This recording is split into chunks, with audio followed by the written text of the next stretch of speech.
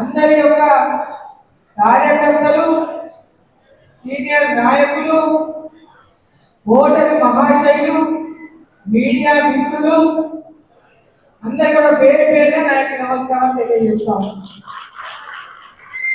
మొట్టమొదటగా ఈ యొక్క కృతజ్ఞత సభకు నరేంద్ర మోదీ గారు ప్రతి నియోజకవర్గంలో పార్లమెంట్ ఎన్నికల్లో మనకు ఓటేసినటువంటి ఓటరు మహాశయులకు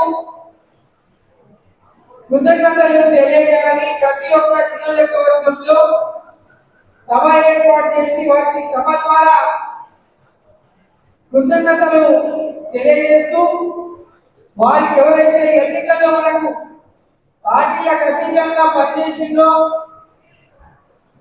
ఇంతకుముందు మన దగ్గరికి అందరూ సన్మానించుకున్నాం.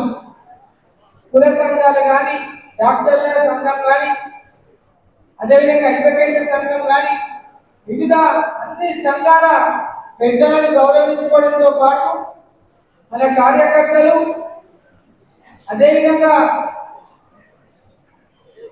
ప్రతి ఒక్క గ్రామంలో ఎన్నికల సమయంలో అహర్నిశలు పోరాటం చేసి ఈ ఎన్నికల్లో గెలుపు కోసం కృషి చేసినటువంటి ప్రతి కార్యకర్తకు, ఈ ఎన్నికల్లో ఓటు వేసినటువంటి ప్రతి ఓటరు మహాశయునికి, ఈ ఎన్నికలకు సహకరించిన ప్రతి ఒక్కరికి కూడా శిరస్సు వంచి నేను ధన్యవాదాలు తెలియజేస్తున్నాను. కార్యకర్తల కృషితోనే మోదీ గారు మళ్ళీ ప్రధానమంత్రి కావాలని ప్రజల యొక్క ఆకాంక్షతోనే నరేంద్ర మోదీ గారు మళ్ళీ దేశానికి ప్రధానమంత్రి కావాలి, ఈ దేశంలో భద్రత, ఈ దేశం యొక్క అభివృద్ధి, ఈ దేశం ప్రపంచ దేశాల్లో అభివృద్ధి చెందిన దేశంగా నిలబెట్టగలిగే నాయకుడు నరేంద్ర మోదీ గారు మళ్ళీ ప్రధానమంత్రి కావాలని విద్యావంతులు, యువకులు, మహిళలు, రైతులు ప్రతి ఒక్క వర్గం ఎన్నికల్లో మహబూబ్ నగర్ పార్లమెంట్ నుంచి అరుణమ్మని గెలిపించుకుంటే నరేంద్ర మోదీ గారి యొక్క సైన్యంలో ఒక సైనికురాలిగా ఈ మహబూబ్ నగర్ పార్లమెంట్ కు పూర్తిగా అభివృద్ధి చేసేటటువంటి విధంగా పని చేసినటువంటి నమ్మకంతో ఓటేసి గెలిపించినటువంటి షాద్ నగర్ నియోజకవర్గ ప్రతి గ్రామంలో ఉన్నటువంటి ఓటరు మహాశయులకు, కార్యకర్తలకు, పార్టీలకు అతీతంగా పనిచేసేటువంటి అభిమానులకు, పార్టీ మీద అభిమానంతో, మోదీ గారి అభిమానంతో, మా మీద అభిమానంతో రకరకాలుగా ఏ విధంగానైనా ఎన్నికల్లో గెలవాలనేటటువంటి ఒక దృక్పథంతో పనిచేసిన ప్రతి ఒక్కరికి కూడా మరోసారి హృదయపూర్వకంగా నేను ధన్యవాదాలు తెలియజేస్తా ఉన్నా. అందరికీ తెలుసు ఎన్నిక ఎంత ప్రతిష్టాత్మకంగా ఈ రాష్ట్ర ముఖ్యమంత్రి తీసుకున్నాడో. మహబూబ్ నగర్ ఎన్నిక ప్రత్యేకంగా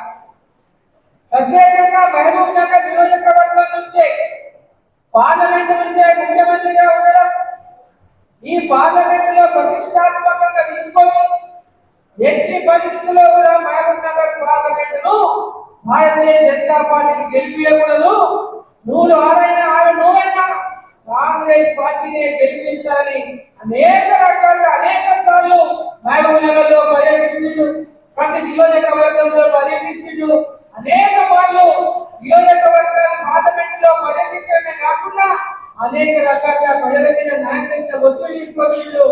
ఈ యొక్క నియోజకవర్గ మహబూబ్ నగర్ నుంచి నేను ముఖ్యమంత్రిగా ఉన్నా, ఇక్కడ నేను ఓడబడితే ఆయన పోటీ చేసినట్లు ఆయన ఒక సందేశాన్ని ఇచ్చిండు మామూలు పార్లమెంట్ ప్రజలకి.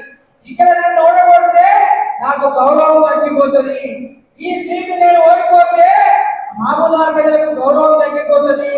లేక మామూలులో ముఖ్యమంత్రిగా అయిన ఊర్ల రామకృష్ణరావు గారి తర్వాత మళ్ళీ అవకాశం మామూలులో మనకు వచ్చింది కాబట్టి ఈ సీటును ఎట్టి పరిస్థితుల్లో కాంగ్రెస్ గెలిపించండి, నన్నే గెలిపించండి అనే విధంగా అనేక రకాలుగా భయభ్రాంతులకు గురి చేస్తూ ప్రచారాలు చేసిండ్రు ముఖ్యమంత్రి కాబట్టి. మానసికంగా కుంగిపోవాలి అరుణమ్మని నోటికి వచ్చినట్లుగా మాట్లాడింది. వాళ్ళ క్యాండిడేట్ కానీ ముఖ్యమంత్రి గారు కానీ వాళ్ళ నాయకులు కానీ.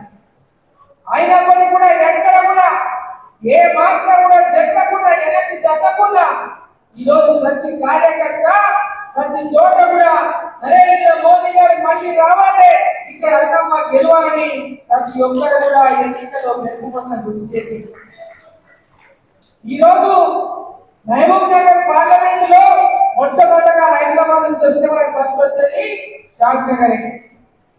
షాద్ నగర్ నియోజకవర్గంలో మరి ప్రతి కార్యకర్త కూడా ఇక్కడ ముఖ్యంగా పట్టణాల్లో షాద్ నగర్ పట్టణమే కానీ పొద్దులు పట్టణమే కానీ అర్బన్ ఏరియాలో మొత్తం విద్యావంతులు యువకులు ప్రతి ఒక్కరు మహిళలు ప్రతి ఒక్కరు కూడా ఖచ్చితంగా మోదీ గారు రావాలి, అరుణమ్మ గెలవాలని నేను నాతో పరిచయం లేకుండా నేను వారితో మాట్లాడకుండా ఫోన్లలో చాలా మందితో మాట్లాడినప్పటికీ ముఖం డైరెక్ట్ గా నేను పోయి కలవకపోయినప్పటికీ వాళ్ళందరూ కూడా అమ్మ తప్పకుండా సహకారం అందిస్తాం, తప్పకుండా నేను గెలిపిస్తాం, నువ్వు గెలుస్తావు అనేటువంటి ఒక విశ్వాసాన్ని ప్రతి ఒక్కరు ఇచ్చిన నేపథ్యంలోనే ఆ విశ్వాసంతోనే చాలా మంది అందరూ ముఖ్యమంత్రి చాలా గట్టిగా ప్రయత్నం చేస్తున్నాడు, చాలా కష్టంగా ఉంది గెలుపు, ఇక్కడ చాలా ఫైట్ చేస్తా ఉన్నారు, రోజు రోజుకు ముఖ్యమంత్రి రోజు రోజుకు చాలా టైట్ చేస్తా ఉన్నారు, అందరినీ భయపడిస్తా ఉన్నారు, ఫోన్లు చేసి పిలిపించుకొని మాట్లాడుతున్నారు,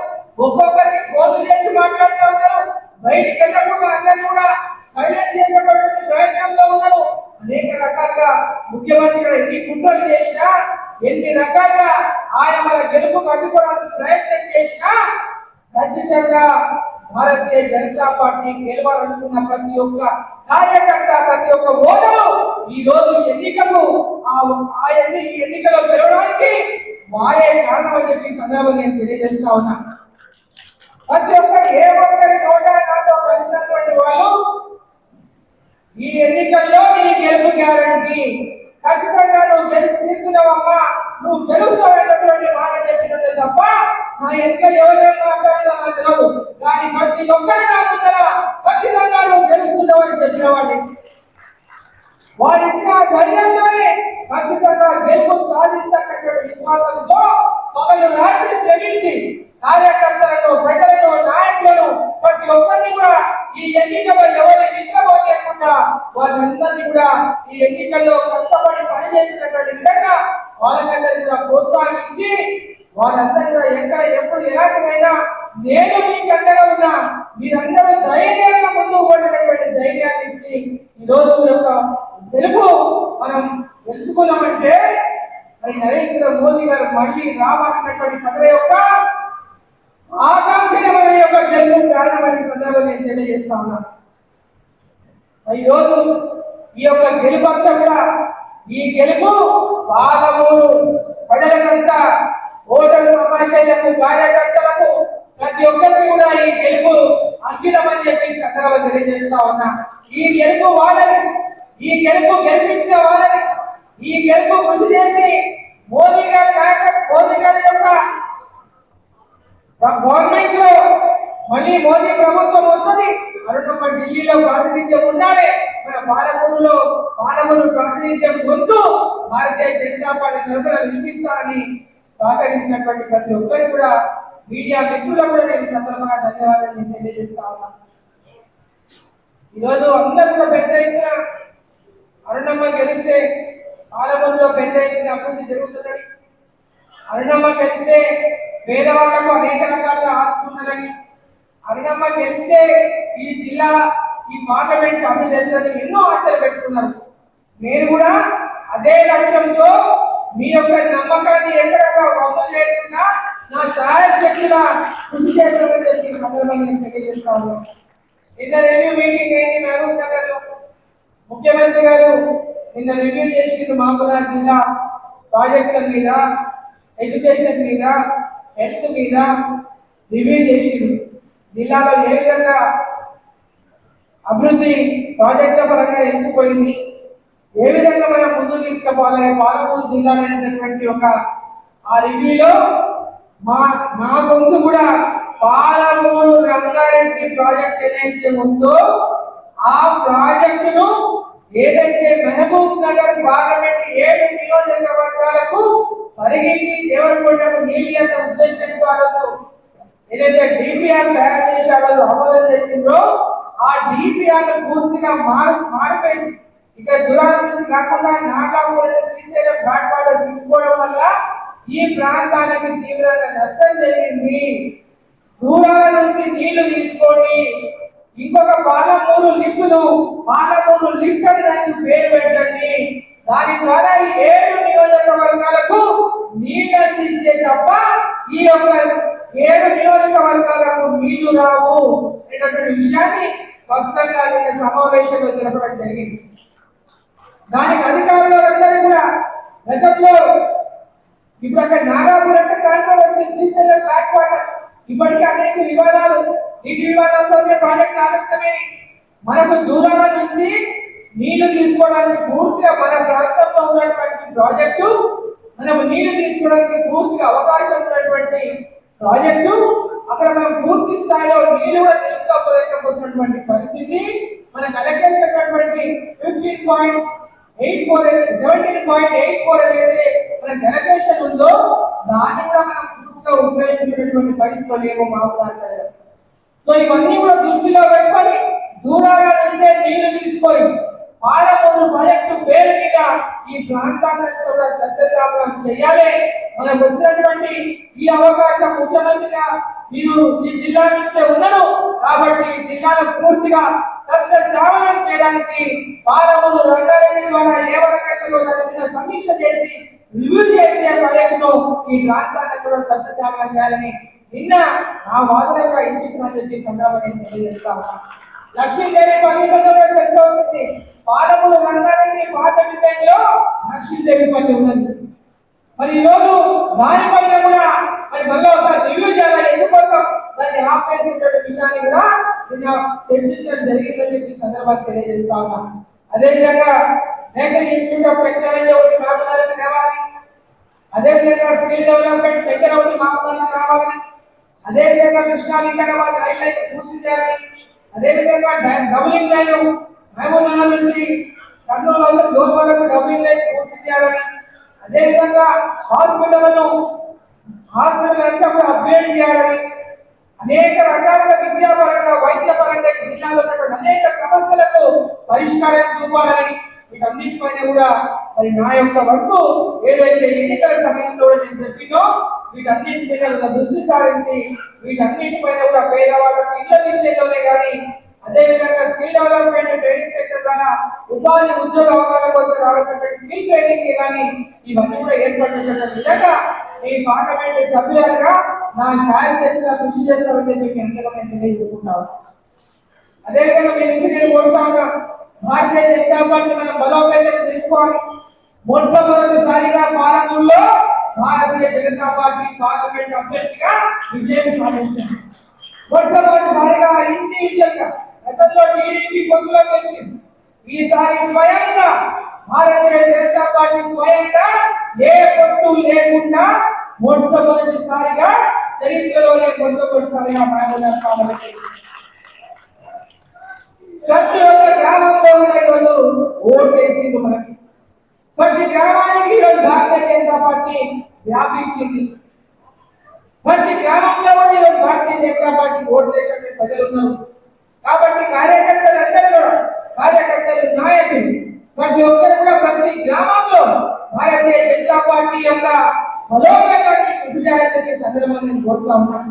స్థానిక సంస్థల ఎన్నికల్లో ప్రతి కార్యకర్త పోటీ పడి నేను పోటీ చేస్తాను ఖచ్చితంగా స్థానిక సంస్థల్లో భారతీయ జనతా పార్టీ విజయం సాధించాలా. అవి సర్పంచ్లే కావచ్చు, ఎంపీటీసీలే కావచ్చు, డిప్యూటీసీలే కావచ్చు, మున్సిపాలిటీ కౌన్సిలర్లే కావచ్చు, చైర్మన్లే కావచ్చు, అన్నింటిలో కూడా మనం విజయం సాధించే దిశగా మనం పనిచేయాలని చెప్పి సందర్భంగా నేను కోరుతా ఉన్నాను. ఎప్పుడు మనం బలపడతాము? స్థానిక సంస్థల్లో మన విజయం సాధించినాడే మనం బలోపేతమవుతాం. స్థానిక సంస్థల్లో కార్యకర్తలు విజయం సాధించి గ్రామాల్లో ప్రజలకు సేవ చేసినప్పుడే పార్టీ బలోపేతమవుతుంది. కేంద్ర ప్రభుత్వం ఇచ్చే ప్రతి పథకం ప్రజల్లోకి తీసుకెళ్లి ప్రజలకు అందజేసే విధంగా మన కార్యకర్తలు నాయకులు కార్యక్రమాలు తీసుకొని ముందుకు పోవాల్సినటువంటి అవసరం ఉంది. ఏ కార్యక్రమం వచ్చినా ఏ పథకం వచ్చినా కేంద్ర ప్రభుత్వం ద్వారా వచ్చే ప్రతి పథకానికి గతంలో ఉన్నటువంటి ప్రభుత్వం వాళ్ళదే అని చెప్పి ప్రచారం చేసుకున్నారు. ఇప్పుడు వచ్చిన ప్రభుత్వం వాళ్ళదే అని చెప్పుకుంటారు. కాబట్టి భారతీయ జనతా పార్టీ ఇచ్చే ప్రతి కార్యక్రమాన్ని ప్రజల్లోకి తీసుకెళ్ళినప్పుడే మనం విజయం సాధిస్తాం గ్రామాలని ఈ సందర్భంగా నేను తెలియజేస్తా ఉన్నాను. గ్రామాల అభివృద్ధి చేస్తుంది కేంద్ర ప్రభుత్వం నిధులతోనే, పట్టణాల అభివృద్ధి చేస్తుంది కేంద్ర ప్రభుత్వం నిధులతోనే, రోడ్లు కేంద్ర ప్రభుత్వానివే, ఈరోజు రైలు కేంద్ర ప్రభుత్వం నిధులే.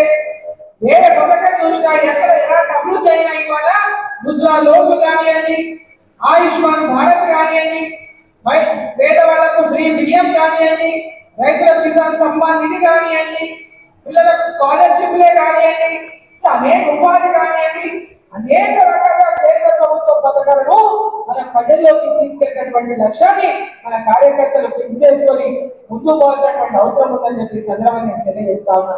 దాంట్లో పోటీ పడండి. నేను ముందా కాదు, పోటీ పడాల్సింది గ్రామాల్లో పార్టీని పటిష్టం చేసే విధంగా ప్రతి కార్యకర్త పోటీ పడి పార్టీని బలోపేతం చేయాలని చెప్పి కోరుతా ఉన్నా.